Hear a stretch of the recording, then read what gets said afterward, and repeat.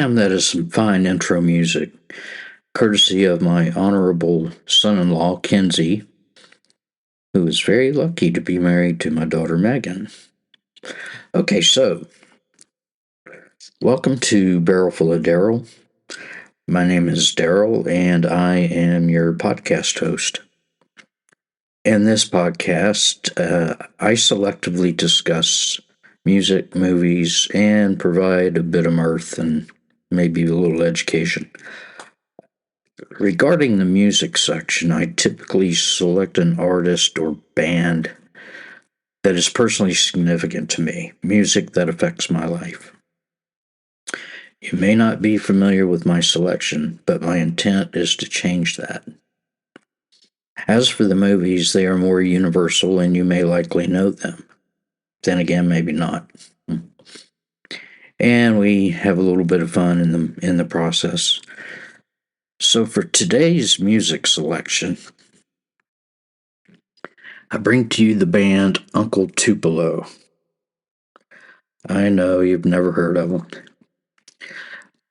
They were formed in 1987, and they were an alt-country band that stayed together for 7 years.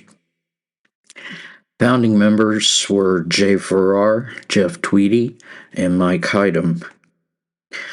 They released 3 albums on a lesser-known label, including the album No Depression, which spawned an alt-country magazine of the same name. And the phrase No Depression became synonymous for the alt-country genre. After a label change, they recorded the album Anodyne on Sire Records, which was a hit and got them on the charts. So they were starting to edge into the spotlight. Unfortunately, the band's demise was imminent. Jay Farrar and Jeff Tweedy were like co-frontmen, and their relationship was tumultuous. They were constantly battling. And finally, after a fight over his girlfriend, it was time that Jay Farrar left the band. Now, from this breakup, 2 new bands emerged, Wilco and Sunvolt. Jeff Tweedy is the frontman for Wilco, and he also retained all of the other members of Uncle Tupelo. Jay formed a new band from the ground up and is the frontman for Sunvolt. Both of these bands continued in the alt-country genre, more so Sunvolt, though. Yes, you are correct. I have followed both bands, and I have bought pretty much all their music. After releasing about 4 albums, Wilco became well known, and they found some fame. Sunvolt not so much, but Jay Farrar's new band of music rivaled that of Wilco. Maybe surpasses. Eventually, Wilco, during many member rotations, they headed more toward the pop genre with their following albums, and I pretty much lost interest in them at that point. Now, my favorite album by them is titled Being There. It is, at times, it's raucous and rocking, and other times slow and perhaps sad. The title, Being There, is from the movie of the same name starring Peter Sellers. Wilco watched and enjoyed the movie, and thus they gave this album that title, Being There. It's a double album layered with many textures of music. To me, it draws parallels to the Rolling Stones album Exile on Main Street, a great album in itself. Both albums contain songs that have a wild nature as well as other softer ballads. If you're interested in listening to a bit of Wilco, Start with the album Being There, and then try the album Yankee Hotel Foxtrot. The latter has great songs, but also a few that are skippable, in my opinion. I gotta warn you, Jeff Tweedy's lyrics are kind of like a word salad with no linearity, but the songs are catchy, and you will sing along to them. As for Jay and Sunvolt, their first album was titled Trace, and it hits me right in the feels, It's definitely alt country. It also has a couple of headbangers as well. Jay's lyrics are poetic, and the instruments just blend right in with his voice and the lyrics. The songs Windfall and Tear Stained Eye cause me to stop what I'm doing, close my eyes, and just soak it all in. On most of their songs, Sunvolt plays typical country instruments, including steel guitar, banjo, blah, blah. But on some songs, they just go all balls out electric, and they shred and thrash. Yeah, it's pretty good. Jay has released a few solo albums as well, and they're very good. Much like his Sunvolt band music, great albums. So I think it's time for a word from our sponsor. Okay, do I talk now? Okay. Hello, this is Ricky Ray Bubba. I'm taking over the sponsorship of this podcast from my brother Billy Ray, who got caught by the feds making moonshine and now resides in the federal pen over in Atmore, Alabama. It was kind of a fucked up name for a podcast, but the sponsorship is cheap. Anywho, I got me a meat market in downtown Scratch Ankle, Alabama, right across the street from the Piggly Wiggly. So if you're standing outside of the Piggly Wiggly, just staring in through the front door, just turn your ass around, look across the street, and there I am. Now, I got your regular meats like hamburger and wieners, but I also got some exotic meats like possum, squirrel, turtle, and alligator. Now, I got a store-wide sale going on right now because most of the meat's turning a little bit green. But if you fry it up real good, you'd be all right. So come see me at Ricky Ray's Meat Market and Bait Shop. Looking forward to meeting you. I really got to spend more money on the sponsor. Okay, movie of the day. Spoiler alert, I give a lot of information away, so the movie I'm talking about, you want to watch it first, then go ahead and do so. And since I've already mentioned it, let's chat about the movie Being There. Released in 1979 and based on the book of the same name, written by Jerzy Kosinski. The star is Peter Sellers, who was nominated for an Oscar for this role. And I do hope that you know him. Some of the funniest movies I've ever watched were these Pink Panther films, in which Peter Sellers plays a bumbling French detective who often falls into shit, but comes out smelling like a rose. Very hilarious movies.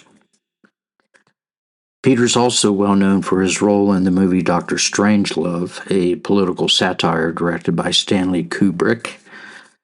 Sellers plays three parts in this movie: President of the United States, a scientific advisor to the president, who is Dr. Strangelove, and a Royal Air Force officer. I really need to watch that movie again. It's been a while. So, Being There, the movie. Peter Sellers' character in Being There is named Chance. Chance is slow-witted, and he was the gardener for a wealthy estate located in Washington, D.C.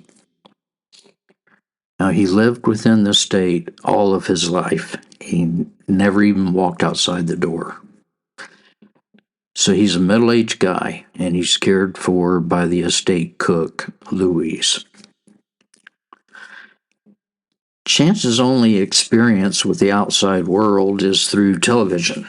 And there was a television in every room at the estate, even in the attic, and they were always on. No matter what room Chance walks into, he's watching a television. He's mesmerized by the programs, and he learns social cues from them, like shaking hands and tipping his hat. Now, he walks with a slow, shuffling pace. He has basically no affectations, and he speaks with a slow, measured, metering his words. Very unique and interesting character. So when the owner of the estate dies, basically the estate is going into probate, going to be sold. When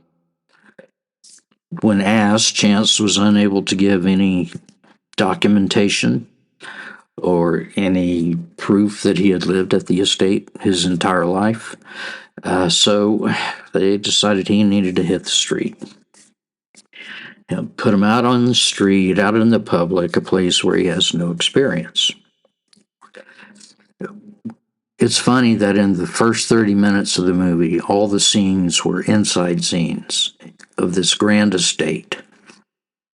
When Chance steps out of the front door for the first time, the area is a ghetto. It's quite striking. So he spends the day, after he leaves the estate, he spends the day walking the streets of D.C., passing through ghettos and walking by the White House and basically just seeing everything brand new. Along with his suitcase and a cane, he carries a TV remote. It's funny, when confronted by a threatening gang, he pulls the remote out of his pocket and clicks it at the gang leader, trying to change the channel, I guess. So that night, he is watching himself on a storefront TV with a camera feed. He is entranced. And he keeps backing up to get a better image of himself, and he steps in between two cars, and the one in front is backing up, and his leg gets hurt. The car happens to be a limo owned by, of course, rich people and occupied by the wife, Eve, played by Shirley MacLaine. She and the driver get out of the limo and attend to Chance, then decide to take him to the hospital. Well, this was Chance's first time in a car, and he was overwhelmed, at least until he saw that it had a TV, which he turned on. Eve asked if he was thirsty, and he replied, "Oh yes, I am very thirsty." She hands him a glass of wine, from which he took a large gulp, and he started choking. After the choking slowed down a bit, Eve asked his name, and he replied, "Chance the gardener." So Eve mishears him, and she thinks his name is Chauncey Gardner. Chauncey Gardner. She suggests that instead of going to the hospital, that he come to her house, as they have a doctor on staff tending to her ill husband, Ben, played by Melvin Douglas. He agrees, and they arrive at a grand estate. Now, the filming location for the estate was the Biltmore Estate in Asheville, North Carolina. It's a majestic place. I've been there many decades ago, but it's just huge and epic and beautiful. And you'll see that on the inside scenes of this movie. So after the doctor examines Chance's leg, he sends him for an x-ray there within the estate, at which time he meets Ben, who is receiving a blood infusion. Let me say at this point that when Chance speaks or responds to a question, it's always related to gardening. Now, Ben and the others take his responses as allegory to the business world and politics. So after a brief conversation, Ben believes that Chance is an upper-class, educated businessman who has fallen on hard times. Now, Ben is a confidant and advisor to the President of the United States. And the President comes for a visit to the estate for some political advice. Ben invites Chance to join the meeting, and he does. When the president asks about the current political climate, Chance likens it to the four seasons, where there's a time for planting the seeds, there's a time for waiting for them to grow, and then there's a time to reap the harvest. Well, the president uses this analogy in his televised speech that evening to all of America. Afterwards, everyone was wondering, who is this Chauncey Gardner guy? The FBI, Secret Service, they can find no records of him or of his existence. However, Chance continues to attend political dinners and becomes a key player in politics. Now, following Ben's death and during his funeral, the pallbearers are discussing a replacement for Ben, and Chance is, of course, the natural choice. In the penultimate final scene, the estate doctor asks Chance, "You really are just a gardener, aren't you?" And Chance says yes. The final scene shows Chance on a lakefront, and he steps onto and walks across the water. Now, I've shared a lot about this movie, but it needs to be seen and appreciated. Peter Sellers just nailed this role, a great performance. So please give it a go. Now, how about a word of the day? Today's word is underwater.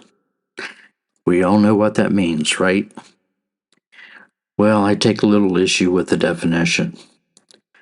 If you are in a swimming pool and your hair is dry, you are in the water. If you submerge yourself such that your hair gets wet, you are now underwater, per the definition. In my opinion, you are not underwater, but under the surface of the water. To be underwater, you would need to be beneath the pool itself. So, is it just me? Another thing, in an office, people may be collaborating on a memo of some sort. After a while, someone may send out what they call a final draft. Well, is it final or is it still draft? That's an oxymoron, final draft. Kind of like jumbo shrimp or army intelligence. So let's try a joke of the day. There are these two guys living in a small town that had a lingerie factory, two brothers. And they'd worked there for many years, and then the factory shut down. So they went on a search for a new job, and in the next town over, there was a factory that had openings, and they went to apply. So the younger brother, he goes into the interview first. A few minutes later, he comes out, he's all smiles. He's got a job. Oh, great, thinks the older brother. My turn now. So he goes in for his interview. And the interviewer says, "I'm sorry, I just don't think we have a position for you here." And his brother says, "Well, wait a minute. You just offered my brother a position, and he's a little bit slow." The manager said, "Well, he told us that he is a diesel fitter, just right for this factory."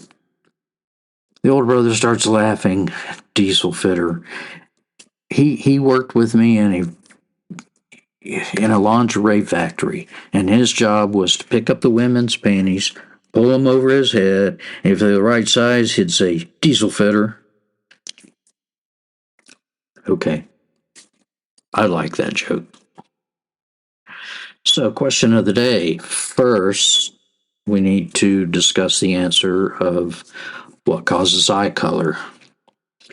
Your body makes a pigment known as melanin, which affects skin, hair, and eye color. The color of your eyes lies in the iris. Duh. Now, there are different types of melanin. Eumelanin is one, and pheomelanin is another. The first produces darker eye colors, like brown and black, and the latter produces lighter colors, blue and green. As I said previously, around 10,000 years ago, before cell phones, someone in Europe was born with a genetic mutation that caused blue eyes. I bet he was a hit at the parties. So in the USA, about 30% of the population has blue eyes. In Finland and Sweden, it's 85%. Worldwide, it's down to 10%. Internationally, 10% of the population has blue eyes. So here's the question of the day for today. Cheese whiz. The label states cheese dip, but is it really cheese? Well, it must be because the word cheese is on the label, right? We'll discuss this further next time. So that's it for today. Thank you so much for listening to me. I hope you enjoyed it, and we'll talk to you next time. Bye.